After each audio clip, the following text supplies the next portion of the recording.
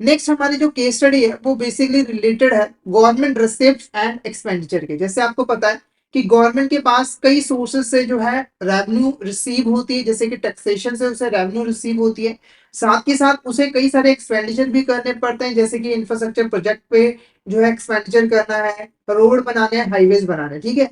तो ये case study basically government receipt और एक्सपेंडिचर के साथ जो है वो रिलेटेड है, और इस केस स्टडी की हेल्प से आप जान पाओगे कि गवर्नमेंट को किस तरह की रिसिप्ट्स मिलती हैं, किस तरह के एक्सपेंडिचर उन्हें करने पड़ते हैं, ठीक है। तो फर्स्ट क्वेश्चन इस केस स्टडी का देखो क्या है। Government receipts mean monies and other assets received by the government. Government receipts include, तो गवर्नमेंट रिसिप्ट का मतलब क्या है कि गवर्नमेंट को जो भी मनी और अदर एसेट रिसीव हो रही है गवर्नमेंट को, यानी कि उसकी जो रेवेन्यू है उसे हम गवर्नमेंट रिसिप्ट कहते हैं। Government receipt include, government receipt में क्या क्या चीजें आ जाती है। पहला है रेवेन्यू रिसिप्ट, कैपिटल रिसिप्ट और इनकम रिसिप्ट। तो इसका जो करेक्ट आंसर रहेगा वो रहेगा हमारा option A. Option A is the correct answer, यानी कि गवर्नमेंट को जो भी रिसिप्ट्स मिलती हैं वो दो तरह की होती है, एक होती है रेवेन्यू रिसिप्ट और एक होती है हमारी यहाँ पर कैपिटल रिसिप्ट्स, ठीक है। ये होते क्या है, पहले बात करते हैं कैपिटल रिसिप्ट की। तो देखो, कोई भी गवर्नमेंट रिसिप्ट जिसकी वजह से गवर्नमेंट की या तो कोई नई लाइबिलिटी क्रिएट हो या फिर उसकी कोई एग्जिस्टिंग एसेट जो है वो रिड्यूस हो जाए, वो हमारा कैपिटल रिसिप्ट जो है वो कहलाता है। जैसे दो एग्जांपल से मैं इनको समझाना चाहूंगा। जैसे मान के चलिए हमारी यहाँ पर एबीसी गवर्नमेंट है, एबीसी गवर्नमेंट है, उसने यहाँ पर एक लोन लिया है, उसने यहाँ पर एक लोन लिया है 50 करोड़ रुपए का। अब देखो ये जो 50 करोड़ रुपए है वो एबीसी गवर्नमेंट के लिए क्या है, एक तरह का रिसिप्ट है, क्योंकि इसके पास जो है वो पैसा आया है। पर इस रिसिप्ट की वजह से इसकी एक नई लाइबिलिटी जो है वो क्रिएट हो गई है, यानी कि इसे फ्यूचर में 50 करोड़ रुपए जो है वो पे करने। तो ये हमारी क्या है, एक तरह की कैपिटल रिसिप्ट है। दूसरा, रिड्यूस एसेट, मान के चलिए एबीसी गवर्नमेंट की एक यहाँ पर कंपनी थी, एक कंपनी थी जिसकी वैल्यू भी 50 करोड़ रुपए थी। इसने यहाँ पर इस कंपनी को क्या कर दिया, सेल कर दिया, जिससे इसे 50 करोड़ रुपए जो है वो रिसीव हुए। तो ये भी एक रिसिप्ट है एबीसी कंपनी के लिए। पर इस रिसिप्ट की वजह से इनकी एक एग्जिस्टिंग एसेट जो है वो रिड्यूस हो गई, क्योंकि अब इसकी कंपनी, ये कंपनी का एबीसी गवर्नमेंट की कंपनी जो है वो नहीं रही है। तो इस तरह की रिसिप्ट को हम क्या कहेंगे, कैपिटल रिसिप्ट, जिसकी वजह से कोई नई लाइबिलिटी क्रिएट हो रही है या फिर कोई एग्जिस्टिंग एसेट जो है वो रिड्यूस हो रही है, ठीक है। उसके बाद है रेवेन्यू रिसिप्ट। रेवेन्यू रिसिप्ट क्या होती है, तो देखो सिंपली ऐसे रिसिप्ट जिससे ना तो कोई नई लाइबिलिटी क्रिएट हो और ना ही कोई एग्जिस्टिंग एसेट रिड्यूस हो, उसे हम रेवेन्यू रिसिप्ट जो है वो कहते हैं। जैसे एग्जांपल के, गवर्नमेंट जो टैक्स लगाती है, यानी कि गवर्नमेंट ने टैक्स लगाया, मान के चलिए इनकम टैक्स। तो देखो इनकम टैक्स गवर्नमेंट के लिए क्या है, एक रिसिप्ट है। पर इस रिसिप्ट की वजह से ना तो गवर्नमेंट की कोई नई लाइबिलिटी क्रिएट हुई है और ना ही कोई उसकी एसेट जो है वो रिड्यूस हुई है, क्योंकि आपने इनकम टैक्स पे किया, बस कर दिया। अब गवर्नमेंट ने फ्यूचर में आपको कुछ भी पे नहीं करना है और ना ही गवर्नमेंट को कोई अपनी एसेट जो है वो सेल करनी पड़ेगी। तो ये हमारी रेवेन्यू रिसिप्ट जो है वो कहलाती है, ठीक है। और हमारे गवर्नमेंट की जितनी भी रिसिप्ट होती है वो इन्हीं दो कैटेगरीज में जो है वो आ जाती है, ठीक है। नेक्स्ट क्वेश्चन देखो, receipt which neither create liability nor reduce assets government are called revenue receipt, ठीक है। तो कोई भी ऐसी रिसिप्ट जिससे ना तो गवर्नमेंट की कोई नई लायबिलिटी क्रिएट हो ना ही उसकी एसेट रिड्यूस हो, उसे हम रेवेन्यू रिसिप्ट कहते हैं। तो इसमें से कौन सी हमारी एग्जांपल है रेवेन्यू रिसिप्ट की। पहला है टैक्स रिसिप्ट, तो बिल्कुल ये हमारा रेवेन्यू रिसिप्ट होता है। उसके बाद है इंटरेस्ट रिसिप्ट। इंटरेस्ट रिसिप्ट क्या होता है, मान के चलिए गवर्नमेंट ने किसी को लोन दिया हुआ था, ठीक है, किसी बैंक को ही लोन दिया हुआ था जिसके ऊपर उसको इंटरेस्ट मिल रहा है। तो इस इंटरेस्ट से भी हमारी जो गवर्नमेंट है उसकी कोई लायबिलिटी क्रिएट नहीं हो रही है, ना ही उसकी कोई एसेट रिड्यूस हो रही है।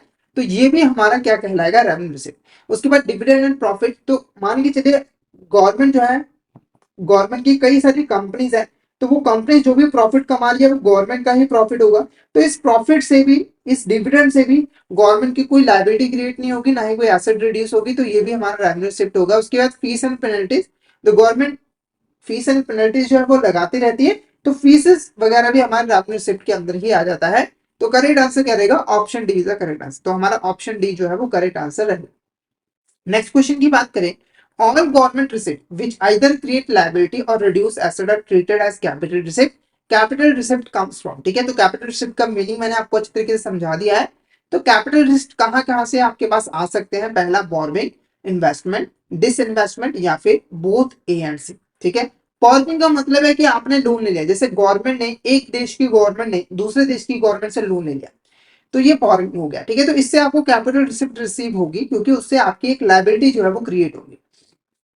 दूसरा इन्वेस्टमेंट, इन्वेस्टमेंट के अंदर क्या होता है, आप अपने पैसे को इन्वेस्ट करते हो, तो क्या ये रिसिप्ट है, नहीं, कि आपका एक्सपेंडिचर है, ठीक है।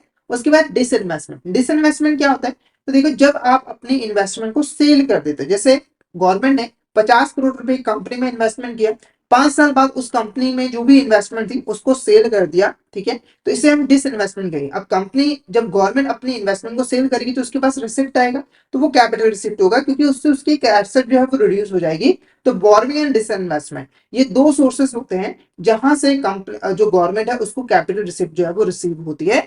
तो option both A and C हमारा यहाँ पर करेक्ट आंसर है। Option D both A and C हमारा करेक्ट आंसर जो है वो रहेगा। नेक्स्ट क्वेश्चन की बात करें, dash expenditure which neither create asset और nor reduces liability is called revenue expenditure.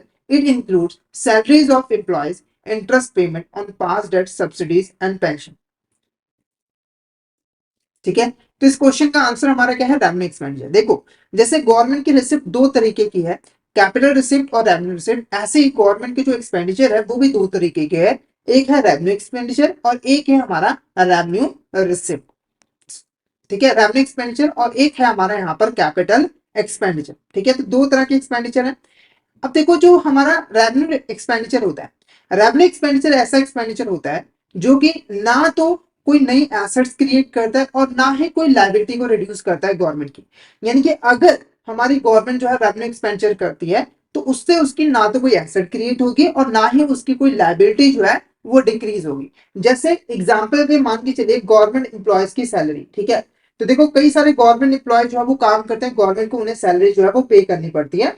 तो ये जो सैलरीज गवर्नमेंट पे कर रही है वो गवर्नमेंट का क्या है, एक तरह का एक्सपेंडिचर है। और इस एक्सपेंडिचर की वजह से ना तो गवर्नमेंट की कोई एसेट क्रिएट हो रही है और ना ही कोई लायबिलिटी रिड्यूस हो रही है, तो ये हमारा रेवेन्यू एक्सपेंडिचर जो है वो कहलाएगा। अब बात करते हैं कैपिटल एक्सपेंडिचर की, तो देखो कैपिटल एक्सपेंडिचर ऐसा एक्सपेंडिचर होता है जिससे या तो गवर्नमेंट को कोई एसेट क्रिएट हो या फिर उसकी कोई एग्जिस्टिंग लायबिलिटी जो है वो डिक्रीज हो जाए। जैसे हमारी गवर्नमेंट ने मान के चलिए, हमारी गवर्नमेंट ने एक यहाँ पर बहुत बड़ा हॉस्पिटल बनाया जिसके ऊपर उसको जो है 100 करोड़ रुपए खर्च करने पड़े, तो ये एक्सपेंडिचर हुआ गवर्नमेंट का।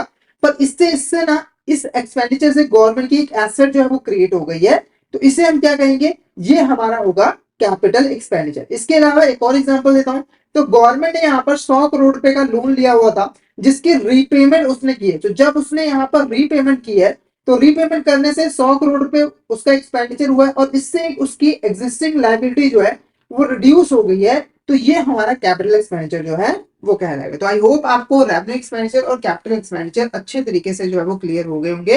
अगर आपको किसी भी तरह का डाउट आता है तो आप चैट बॉक्स में मैसेज करके पूछ सकते हो। नेक्स्ट क्वेश्चन देखो, an expenditure which either creates an asset or reduces liability is called capital expenditure. Which of these is not a capital expenditure? तो कैपिटल एक्सपेंडिचर का मीनिंग मैंने आपको समझा दिया, कोई भी ऐसा एक्सपेंडिचर जो कि यहाँ पर एसेट्स को क्रिएट करता हो या फिर लाइबिलिटी को रिड्यूस करता हो उसे हम कैपिटल एक्सपेंडिचर कहते हैं।